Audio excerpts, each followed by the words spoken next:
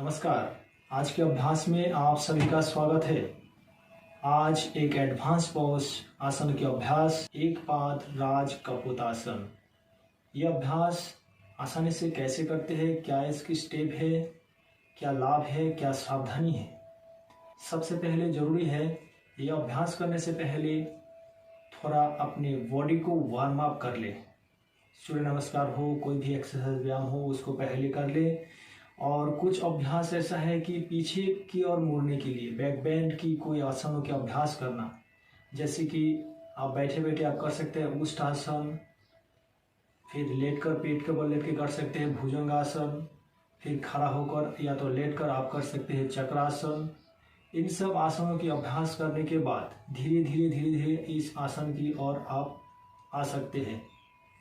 ये अभ्यास कैसे करते हैं आइए देखते हैं। इस प्रकार से दोनों हाथों के बीच में घुटना और दाहिना पैर को सीधा पीछे की ओर करें। शुरू में आपको इतना नहीं हो पाएगा, इतना ही हो पाए, फिर भी आप धीरे धीरे करके अभ्यास को करेंगे। बाएं पैर को सामने की ओर इस प्रकार से 45 डिग्री एंगल और आराम से रखें। पैर सीधा, एक कमर की और हमारे पैरों की जो एक सिधाई है उसको थोड़ा ध्यान रखना है।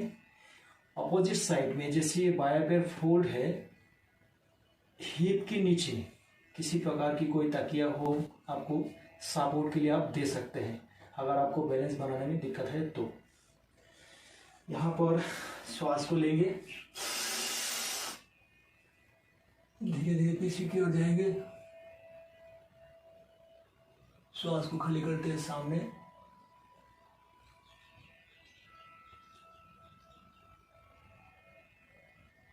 दो से तीन बार ये अभ्यास को करेंगे।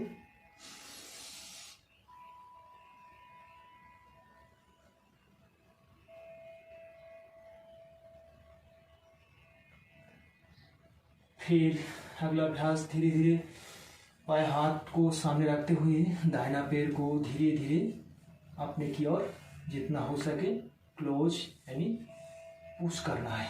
इस प्रकार से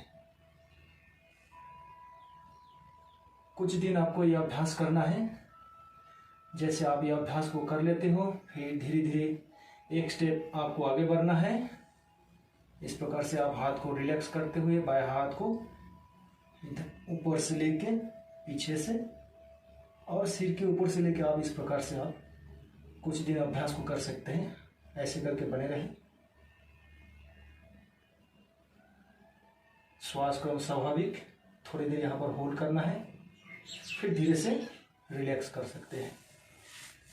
यहाँ पर स्कार्फ या दुपट्टा का भी इस्तेमाल आप कर सकते हैं। इससे आप पैरों को ऐसे फंसेंगे और शुरू में आप इसका इस्तेमाल इसीलिए करना है कि आप जैसे हाथ को हम मोड़ते हैं इस प्रकार से आप सीधा सीधा मोड़ नहीं पाएंगे। कुछ दिन आपको ये अभ्यास करना है, इसकी सहारा लेते हुए धीरे धीरे करते इस प्रकार से दोनों हाथ से ऐसे अपने की ओर इस प्रकार से रोक करते हुए और आगे चलेंगे और आगे चलेंगे। फिर धीरे धीरे पैर को पकड़ लेंगे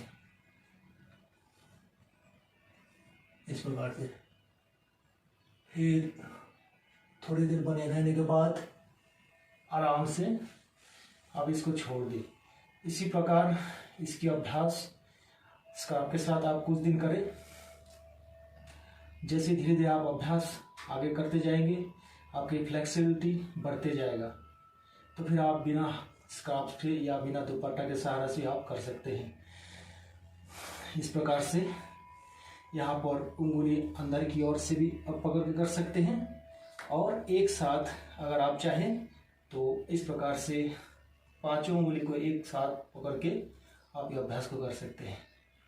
यहाँ पर एक चीज़ आपको ध्यान देना होगा, जैसे हाथ आप इस प्रकार से पकड़ लिए है, धीरे से क्लोज किया और बाहर की ओर एल्बो को बाहर की ओर घूमने की जो एक अभ्यास है वो आपको पहले कुछ दिन करना पड़ेगा खाली हाथ में जब आप करेंगे, क्योंकि पहले आप स्क्रब से या दुपट्टा से आपने किया है उसकी मदद से, तो आपको एक गैप मिला है, उसके सहारे से आप आराम से कर पाए हैं। अभी उतना आपको गैप नहीं मिलेगा, क्योंकि क्लोज करने के बाद में थोड़ा सा क्लोज करेंगे तो गैप कम हो जाता है।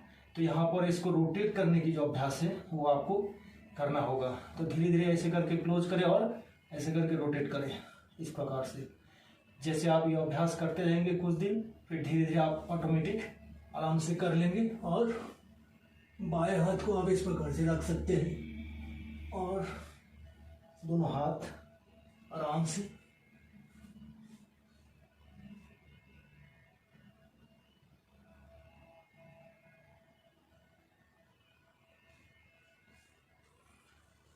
ऐसे करके आप थोड़ी देर बने रहने के बाद आराम से रिलैक्स करते हैं। तो ऐसे ही करके दोनों पैरों की अभ्यास करना है। सेम दूसरे पैर में भी अभ्यास को करना है। दोनों हाथों का बीच में घुटना, बाएं पैर सीधा, हिप को सीधा रखें और लंबी गहरी श्वास को भरें। पीछे की ओर जाने की प्रयास, धीरे धीरे फिर सामने। ऐसे करते करते 2 बार 3 बार करके आप अभ्यास में करेंगे तो स्पाइन की फ्लेक्सिबिलिटी बढ़ जाएगा।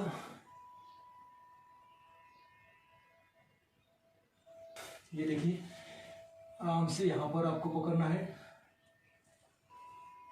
और फिर सेम क्लोज करते हुए बाएं हाथ को इस प्रकार से रोटेट। हाथ को आप सामने भी रख सकते हैं, थोड़ी देर बने रहे। फिर अगला स्टेप, दोनों हाथ एक साथ आराम से पकड़े।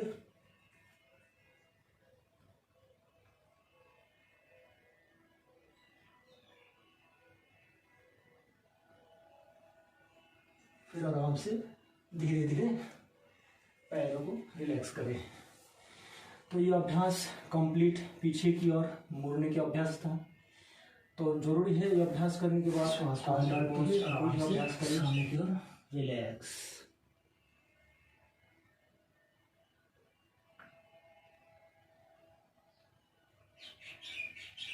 चाहे आप पश्चिम उत्तानासन के अभ्यास भी कर सकते हैं, दोनों पैर को सामने करते हुए।